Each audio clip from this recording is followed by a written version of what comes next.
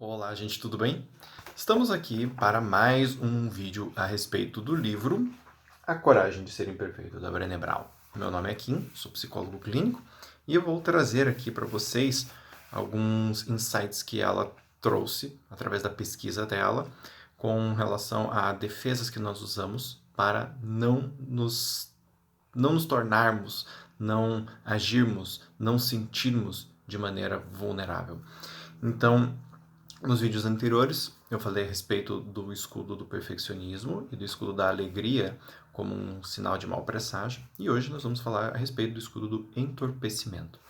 Esses são os escudos, segundo a pesquisadora, que são mais utilizados, são os escudos mais universais a respeito dessas emoções, né? E hoje nós vamos fechar com isso daqui. Então, uma das estratégias mais universais de entorpecimento é viver loucamente atarefado. Nossa sociedade aceitou a ideia de que se estivermos sempre muito ocupados, a verdade de nossas vidas não nos alcançará. Então, eu gostaria de fazer um comentário interessante sobre isso por causa do seguinte. Muitas pessoas têm uma percepção a respeito da depressão daquela pessoa que fica em casa o dia inteiro deitada na cama sem fazer absolutamente nada. E embora essa seja uma imagem real e seja uma imagem comum, vamos dizer assim, para pessoas deprimidas, esta outra imagem de viver loucamente atarefado também é uma imagem que tem tudo a ver com a depressão, né? Então, questões de temperamento fazem com que as pessoas deem respostas diferentes ao mesmo estímulo. Então, por exemplo, pessoas que têm um temperamento mais agressivo tendem a atacar os problemas, enquanto pessoas com um temperamento mais passivo tendem a se resignar. Muitas pessoas com depressão e um temperamento mais agressivo tendem a ter exatamente esse tipo de comportamento. Elas compartilham com as outras pessoas que têm um temperamento mais passivo os mesmos sintomas, ou seja, uma desesperança no futuro, uma falta de capacidade de sentir prazer. Porém, como elas têm um temperamento mais agressivo, elas partem para cima das coisas e começam a fazer. Porém, elas não estão tratando da depressão do mesmo jeito. Então é importante trabalhar um pouco esse conceito, porque nós geralmente entendemos que pessoas deprimidas não produzem. E às vezes as pessoas deprimidas são as que mais produzem, justamente por fazer isso que ela fala aqui, né? Acreditando que a verdade de nossas vidas não nos alcançará. Então, se eu trabalhar muito, eu não vou me sentir triste. Eu não vou me sentir deprimido. Então, eu trabalho. Tá? Muito bem. E essa atitude é particularmente debilitante porque não apenas amortece a dor de nossas dificuldades, mas também embota nossas experiências de amor, alegria, aceitação, criatividade e empatia. Entorpeça a escuridão e você também terá entorpecido a luz. Então, o que ela está querendo dizer com isso? Que essa estratégia de você estar loucamente atarefado tem a ver com o fato de você entender que se você fizer muitas coisas, você não vai sentir dor. Porém, ao não sentir a dor, você também se fecha para sentir as coisas boas. Esse livro, né, foca em experiências desprazerosas a respeito da vulnerabilidade. Então, não quero sentir medo, não quero sentir dor, não quero. Mas é importante entender que a vulnerabilidade ela serve para todas as emoções, não apenas para as emoções ruins, vamos dizer assim, desprazerosas, mas também para as emoções boas. Então, a partir do momento que eu tento fugir de uma experiência desprazerosa, eu também estarei fugindo de experiências prazerosas, tá? É, porque assim, até neurologicamente falando, você não consegue suprimir apenas uma emoção, você suprime o sistema emocional. E a partir disto, todas as emoções ficam embotadas. Né? É como tomar uma anestesia geral. Então, você toma uma anestesia geral, o corpo inteiro para, não para só uma parte, né? Não é uma anestesia local. Entende? Então é interessante perceber isso a respeito dessa questão do entorpecimento. Ela está falando aqui a respeito dos trabalhos, né, com pesquisadores, e ela achava que os causadores do entorpecimento eram os embates com a autovalorização e a vergonha. Ou seja, ela achava que anestesiamos a dor que vem dos sentimentos de inadequação e de inferioridade. Mas esta era apenas uma parte do quebra-cabeça. Como explicarei adiante, a necessidade mais poderosa de entorpecimento parece vir da combinação de três elementos nefastos: vergonha, ansiedade e isolamento.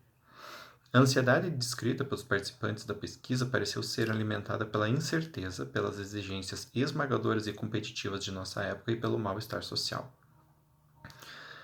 Os dados me mostravam o isolamento foi mais difícil de definir precisamente. Pensei em usar o termo depressão em vez de isolamento, mas os dados me mostravam outra coisa. Identifiquei uma gama de experiências que continham a depressão, mas que incluíam também solidão, retraimento, desmotivação e sensação de vazio. Então, a tríade da depressão ela é diferente da questão do isolamento social, até porque o isolamento ele pode acontecer em vários outros transtornos, né? Um transtorno de ansiedade, um transtorno fóbico, por exemplo, você também tem a questão do isolamento, então ele não é típico da depressão. E o movimento ou comportamento de isolamento social, de se afastar da sociedade, é algo específico, tá? Então é o que ela está entendendo aqui. Ela queria usar o termo depressão, mas ela entendeu que não era depressão, era sim o isolamento, tá? A vergonha entra em cena quando experimentamos a ansiedade não apenas porque nos sentimos temerosos, impotentes e incapazes de administrar as exigências cada vez maiores da vida, mas porque, no final das contas, a ansiedade é composta e se torna insuportável pela crença de que se fôssemos mais inteligentes, maiores, mais fortes ou melhores, seríamos capazes de dar conta de tudo. Então, é essa tríade que ela trabalha, né? A vergonha de ser quem eu sou me gera uma ansiedade de desempenho e essa ansiedade de desempenho vai desembocar no isolamento social. Eu acredito que eu sou falho e que se eu fosse muito melhor, eu conseguiria algo. Então, eu tento desempenhar mais, eu tento ser melhor. Só que eu faço isso com ansiedade. Por que eu faço isso com ansiedade? Porque no fundo eu estou querendo me livrar de um futuro nefasto. Eu não estou buscando de fato excelência. Eu estou alimentando uma crença disfuncional de que se eu fizer essas coisas, eu vou ficar melhor. Como esse resultado nunca vem, eu também começo a me isolar socialmente. Seja pela frustração de ter feito coisas e não ter obtido a resposta que eu queria, ou 2, por não conseguir atingir o nível de perfeição que eu queria e acabar então me afastando, ou 3, por achar que as pessoas vão rir de mim de qualquer jeito porque eu não sou bom o suficiente independente do que eu faço. Tá? Um passo além do isolamento é o retraimento psicológico, que apresenta um perigo real. Isso não é o mesmo que estar sozinho, é a sensação de estar afastado de qualquer possibilidade de contato humano e de ser impotente para mudar a situação. Então percebam que o que ela está relatando aqui não é apenas um isolamento social, é um isolamento também cognitivo e emocional. Ou seja, não é apenas eu fico em casa, eu fico em casa e continuo em casa porque eu não sou capaz de ir até o mundo e de ter alguma experiência diferente. Tá? Então isso é muito difícil e sim, como ela fala, isso é de fato perigoso. Tá? Como é viver com ousadia em relação a essa questão do empotamento emocional? Impor limites, encontrar bem-estar verdadeiro e cuidar do espírito. Então, quando eu entrevistei os participantes da minha pesquisa sobre entorpecimento, todas as pessoas plenas falaram insistentemente a respeito de 3 coisas: aprender como realmente vivenciar os sentimentos, ficar atento sobre os comportamentos entorpecentes e saber lidar com o desconforto das emoções difíceis. Então, como de fato eu vivencio um sentimento? Perceber que comportamentos me fazem embotar. Aquela típica coisa que a gente escuta. Ai, que preguiça. Então você pega esse programa para no dia seguinte, sei lá, escrever aquele texto que já faz um tempão que você está escrevendo, arrumar o armário, fazer uma viagem, enfim, você se programa. Aí no dia você acorda, preguiça, meu Deus, essa vontade de dormir, não sei o quê. Isso é um comportamento entorpecente. Por quê? Porque ele é um mecanismo de defesa. Você está querendo se defender da experiência de ir fazer. Através desse entorpecimento, dessa suposta preguiça, né? É um embotamento mental, que minha cabeça não funciona direito. Tudo isso são mecanismos de defesa, tá? Não é uma desculpa, é um mecanismo de defesa. Ou seja, eu emocionalmente estou me defendendo da experiência de ir lá e tentar fazer alguma coisa. E se eu não conseguir escrever o texto que eu queria? E se eu não entender o livro que eu queria? E se a minha viagem for ruim? Então, as pessoas criam esses embotamentos. E saber lidar com o desconforto das emoções difíceis. Ou seja, É importante aprender a se sentir desconfortável.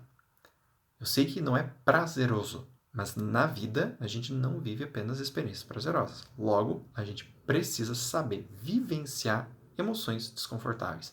Por quê? Porque elas fazem parte. Simples assim. Tá? As pessoas geralmente querem uma boa justificativa para viverem emoções dolorosas. Elas pressupõem que elas não deveriam sentir isso. Mas veja, não existe um ser humano nesse planeta que não seja capaz de sentir emoções desconfortáveis. Por quê? Porque a nossa neurologia, a nossa evolução nos faz assim. Você nasce pronto para sentir um monte de coisas, inclusive coisas desprazerosas. Porque é importante. Porque orienta, né? São informações que orientam o nosso corpo e a nossa consciência em como navegar neste mundo. Imagine que, por exemplo, você pega um barco e vai para alto mar e você só reage quando está um mar lindo, calmo, os ventos soprando a teu favor e o céu azul. Se vier uma tempestade, o que você vai fazer? Nada. Né? E aí você corre o grande risco da tempestade afundar o teu barco. Não porque o teu barco é fraco, não porque o mundo é ruim, mas porque você não reage a isso. Então, não querer reagir às emoções negativas, às emoções desconfortáveis, é a mesma coisa. É o mundo te dando sinais, o teu corpo te dando sinais de que algo precisa ser feito e você os ignorando. Não quero. Quando fiz perguntas mais pontuais sobre as escolhas e os comportamentos que homens e mulheres plenos priorizavam para reduzir a ansiedade, eles disseram que reduzi-la significava prestar atenção em quanto podiam fazer ou em quanto era demais e aprender a dizer chega. Limites é um tema muito importante para esse tipo de coisa. Muitas pessoas entorpecem, por quê? Porque elas sempre se doam demais.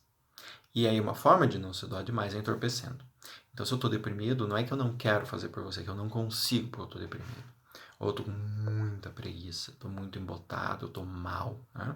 O Paul Watzlawick, no livro Sempre Pode Piorar, a Arte de Ser Infeliz, ele fala que, de uma piada, né? Os norte-americanos não querem ir numa reunião. Então, o que ele faz? Ele fala que está com dor de cabeça. Um russo não quer ir numa reunião. Então, o que o russo faz? Ele tem uma dor de cabeça. Né? Essa é uma piada, porque assim, enquanto o americano dá uma desculpa, o russo vai além. Né? Ele simplesmente tem uma dor de cabeça e não vai porque ele realmente está com a dor de cabeça. Então, é uma piada da época da Guerra Fria, né? E ela faz muito sentido dentro desse contexto. Então, o entorpecimento, ele realmente é sentido, mas isso não quer dizer que ele não é uma resposta emocional a algo que a pessoa não quer enfrentar. Tá? Muito bem. Então, a questão é mais encontrar meios para administrar a ansiedade do que meios para não senti-la. Tá? Muito bem. Ela fala aqui do experimento que ela fez com grupos, em que os grupos se dividem dessa forma, e ela disse assim: quando perguntamos a esse grupo sobre o processo de estabelecer limites claros para reduzir a ansiedade, os participantes não hesitaram em relacionar autovalorização com limites. Ou seja, precisamos acreditar que somos o bastante para dizer chega. Se eu acredito que o meu limite não é adequado, ou que eu não sou digno de dar um limite, ou que os meus limites não têm valor, eu não vou dizer chega porque eu estou cansado, chega porque eu estou magoado, chega porque isso é demais para mim. Eu vou achar que eu tenho que sempre ser melhor, entre aspas. Porque aqui não é uma questão de ser melhor, é uma questão de ter limites. Tá? Tudo bem. Uma outra questão. Vínculo. Vínculo é a energia criada entre pessoas quando elas se sentem vistas, ouvidas e valorizadas, quando elas podem dar e receber sem julgamento. Aceitação é o desejo humano inato de ser parte de alguma coisa maior do que nós. Pelo fato de ser tão essencial, tentamos muitas vezes conquistá-lo, fazendo esforço para nos encaixar em algum padrão e buscando a aprovação dos outros, os quais, além de serem substitutos fajutos da aceitação, geralmente funcionam como obstáculos para ela. Tá? Como a verdadeira aceitação só acontece quando apresentamos nosso eu autêntico e imperfeito para o mundo, o nosso senso de aceitação nunca pode ser maior que o nosso nível de autoaceitação. Então, se eu me aceito, eu posso me mostrar para o mundo e o mundo vai ter um grau de receptividade a mim. Porque isso é uma questão a respeito da autoaceitação. Você autoaceitar-se não significa que todo o resto do universo vai aceitar você do jeito que você é. Ou seja, não significa que essas pessoas vão gostar disso. Por exemplo, digamos que eu sou uma pessoa super estudiosa e estudo muito, né? Eu gosto de passar lá o dia inteiro estudando. Isso pode ser uma atitude louvável. Porém, isso não significa que todas as pessoas do mundo são extremamente estudiosas e gostam de, por exemplo, passar o dia inteiro estudando. Então, se essa pessoa se relaciona com uma outra que é muito descontraída e gosta de contato social, sair, fazer churrasco, fazer festa, que também é uma coisa interessante, essas duas vão entrar em conflito e talvez uma não goste da outra. Talvez uma diga para a outra assim: você é muito chato, você fica o dia inteiro em casa só lendo esse monte de livro, estudando, que coisa chata. E o outro diz: você que é chato, porque você fica o tempo todo só querendo pessoa, conversar, nunca para e reflete nada. Né? Então, a questão da autoaceitação ela é importante porque assim, quando eu me aceito, eu sei dos limites de quem eu sou. E eu sei que pessoas vão gostar de mim e pessoas não vão gostar de mim. Pessoas vão é, é, se beneficiar do meu jeito, né, de ser, pessoas vão gostar e vão trocar comigo, e tem pessoas que não. E isso faz parte. Por isso que ela diz, o nosso senso de aceitação não pode ser maior do que da autoaceitação. Justamente por causa dessa matemática, né? O mundo lá fora é diferente do mundo aqui dentro, nesse sentido, tá? E, e essa questão do vínculo, ela traz como uma questão muito importante justamente por causa disso. Quando eu tenho um vínculo forte com alguém, ele nasce desta sinergia de autoaceitação. Eu me aceito, o outro também se aceita, e nós dois nos aceitamos tal como somos. E este vínculo ele acontece a partir disso e a partir dessa percepção de que é bom para nós estarmos juntos. Porque se não for, nós também vamos ficar felizes em dizer que não é. E esse é o ponto interessante que traz essa questão. Quando as pessoas se aceitam como são, isso não quer dizer que isso é um bálsamo para elas se relacionarem com todas as pessoas. Isso é um bálsamo para elas identificarem quais relações e em qual frequência, em qual intensidade são de fato interessantes para elas. O ponto é que se eu me encontro com uma pessoa e eu percebo que a minha relação com ela não vai ser uma relação frutífera, eu não preciso brigar com ela por causa disso. Eu simplesmente consigo deixar claro: eu e você não vamos combinar. Ponto. Acabou. Tá? Óbvio, dependendo de alguns outros fatores, isso pode ser triste, né? Dependendo de alguns outros fatores, isso pode ser libertador, ou seja, pode sentir várias emoções ao perceber que o outro não vai ser um bom parceiro para você e que você não vai ser um bom parceiro para o outro. Porém, existe essa liberdade, ok? Muito bem. E aí ela fala aqui sobre o cuidar e o alimentar o espírito. Tá? Então ela fala assim sobre a Jennifer, que escreve num livro The Life Organizer, o organizador de vida. As sombras de alívio podem tomar qualquer forma. Não são suas ações, mas o motivo por trás delas que faz toda a diferença. Tá? Então, aqui ela está falando a respeito da separação entre bem-estar e entorpecimento. Né? Por quê? Porque às vezes as pessoas dizem que é gostoso não estar sem fazer nada. Minhas escolhas estão confortando e alimentando meu espírito, ou são alívios temporários da vulnerabilidade e das emoções difíceis que acabam esgotando minha energia? Minhas escolhas levam à plenitude ou fazem com que eu me sinta vazio e carente? Isso daqui, gente, em consultório é muito fácil. As pessoas veem e falam, mas eu não sei se eu estou procrastinando ou se eu estou cansado mesmo. Sim, você sabe.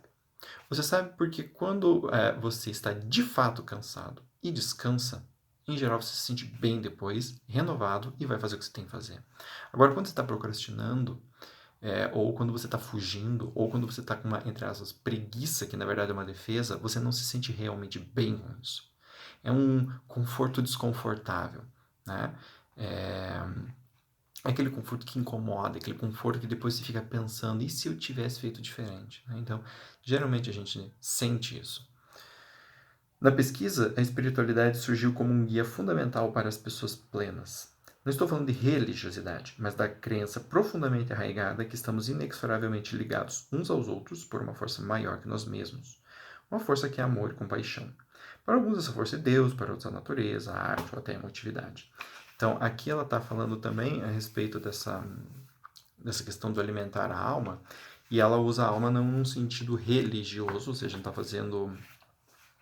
não está fazendo uma descrição a respeito de a alma cristã ou a alma hinduísta, enfim.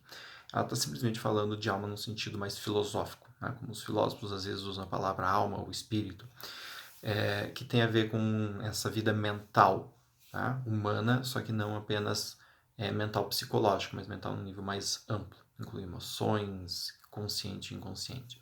Então, essa vinculação, esse sentimento de estar vinculado com algo maior, algo que transcende a minha pessoa, também é o que se chama de alimento, algo que alimenta o espírito. Se você acha isso muito chato, muito filosófico, pense nos seus valores. Os seus valores, por exemplo, o valor de liberdade, justiça, igualdade, fraternidade, são valores, são elementos, coisas que são maiores do que você. Ou seja, é algo que transcende o seu corpo. E isso também é uma conexão espiritual. Eu estou conectado a várias pessoas através de um ideal de igualdade, por exemplo, ou de fraternidade, ou de amor ao próximo, e aí eu posso pegar algo de uma religião cristã, ou então há um sentimento de que todos nós estamos encarnados aqui para evoluir, eu posso pegar o valor de outra religião, ou eu posso simplesmente dizer que nós estamos conectados todos aos outros porque nós somos animais. E aí eu estou falando de uma coisa bem científica, né? Bem evolução das espécies, né? Todos nós somos humanos e todos nós descendemos da mesma origem, né? E por causa disso todos nós temos algo em comum. Né? O teu cérebro é parecido com o meu, não é igual, não é o mesmo cérebro, mas é parecido com o meu, então nós temos coisas parecidas. Então, esse sentimento de estar conectado a algo maior é muito importante para a nossa espécie e é algo que também ajuda a vencer o entorpecimento. Tanto por uma questão de perceber que é difícil não só para você, mas para todos, como também de saber que você pode ter suporte quando quiser, ok? Muito bem, gente. O próximo vídeo vai ser a respeito de outros escudos que são menos usados, mas que são tão importantes quanto. Eu me ative bem a esses três porque a Brené deixa claro no livro dela de que esses são os principais. E como vocês puderam ver ao longo desses 3 últimos vídeos que eu fiz, né, sobre o capítulo 4, eles são muito importantes e eles afetam a gente de várias maneiras ao longo da vida. Então eu tomei bastante tempo para explicar isso, meu saio fazer bastante comentários em cima. Espero que vocês tenham gostado disso daqui, tá bem? Um abraço grande para vocês e até a próxima.